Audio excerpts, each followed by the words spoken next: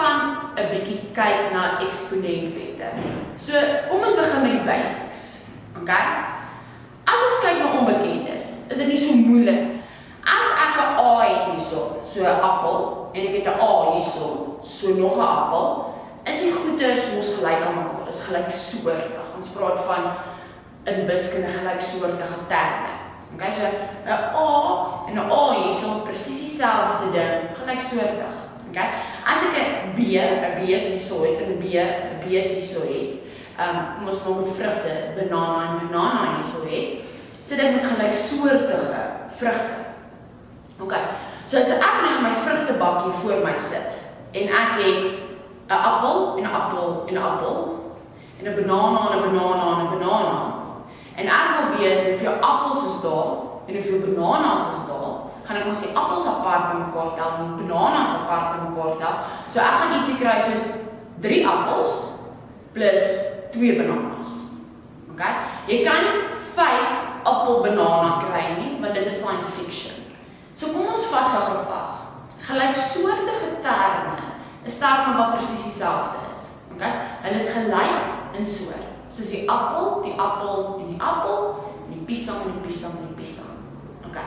So gelyksoortige terme, dieselfde tipe goeders, kan by mekaar opgetel word en van mekaar afgetrek word. As jy 5 appels het en jy eet 1 appel, dan gaan daar 4 appels by mekaar oorbly.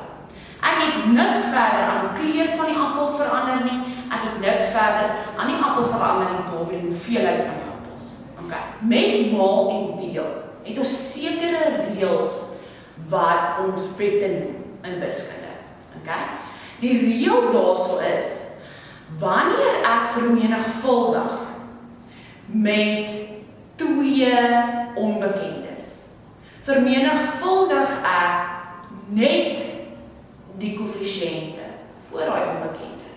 En die eksponente van die onbekende tel ek bymekaar. Okay?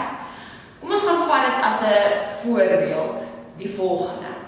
Ek het 'n A, maal 'n A, maal 'n A, maal 'n A. Okay? Daai A, maal 'n A, maal 'n A, maal 'n A, kan ek gaan skryf as A ter mag 4, want daar sou was 4 A's gewees. Die koëffisiënt voor dit was 1 maal 1 maal 1 maal 1, wat outomaties by 1 uitgekom het. Okay, kom ons vat na getalle toe.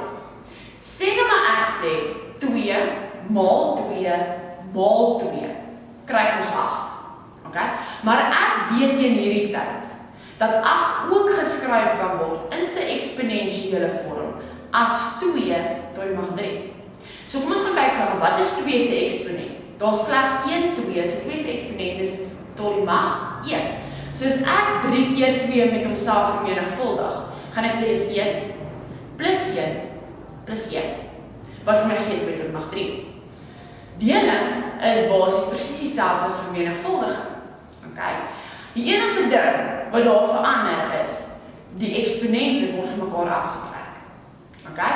Ons trek meestal, as jy nou baba is, die grootste een minus die kleinste een, en hy behou die posisie waar die deel actually plaasgevind het. So kom ons vat 'n voorbeeld. As ek het A tot die mag 5 oor A tot die mag 3, gaan die 5 se eksponent groter wees as 3, die eksponent 3. So ons gaan sê 5 minus 3 gee vir my 2, so ek gaan hê my antwoord is A kwadraat.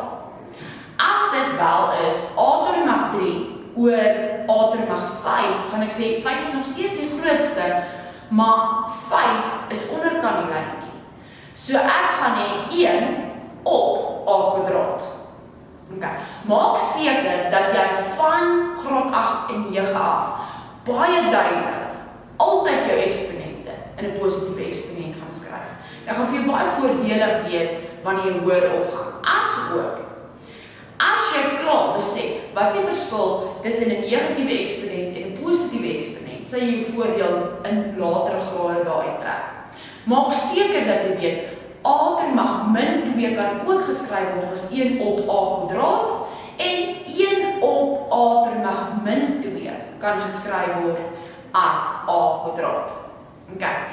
Memoriseer hierdie, dit is 'n maklike manier om te verstaan hoe kom ons by 'n tot die mag 0 uit.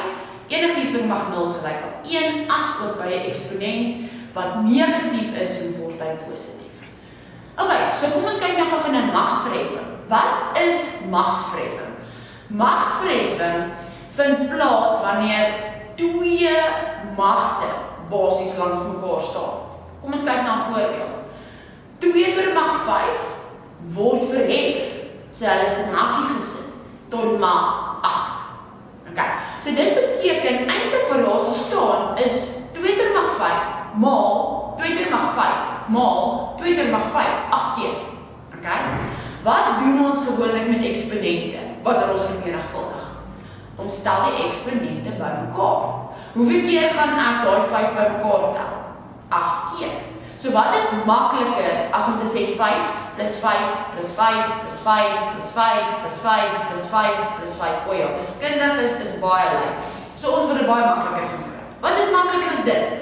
5 maal 8. So magsverheffing is wanneer ons die eksponente waarteen 'n sekere mag verhef word met mekaar vermenigvuldig.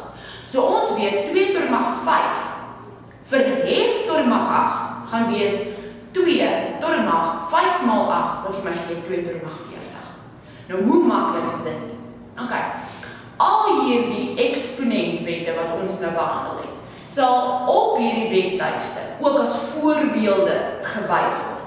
Die eksponentwette sal daar wees as ook uitgewerkte voorbeelde en 'n klein oefeningkie wat jy kan gaan doen. Die antwoorde kan jy later ook dan gaan trek. Dit sal uploaded wees. Baie dankie vir julle tyd. Hoop julle het dit geniet.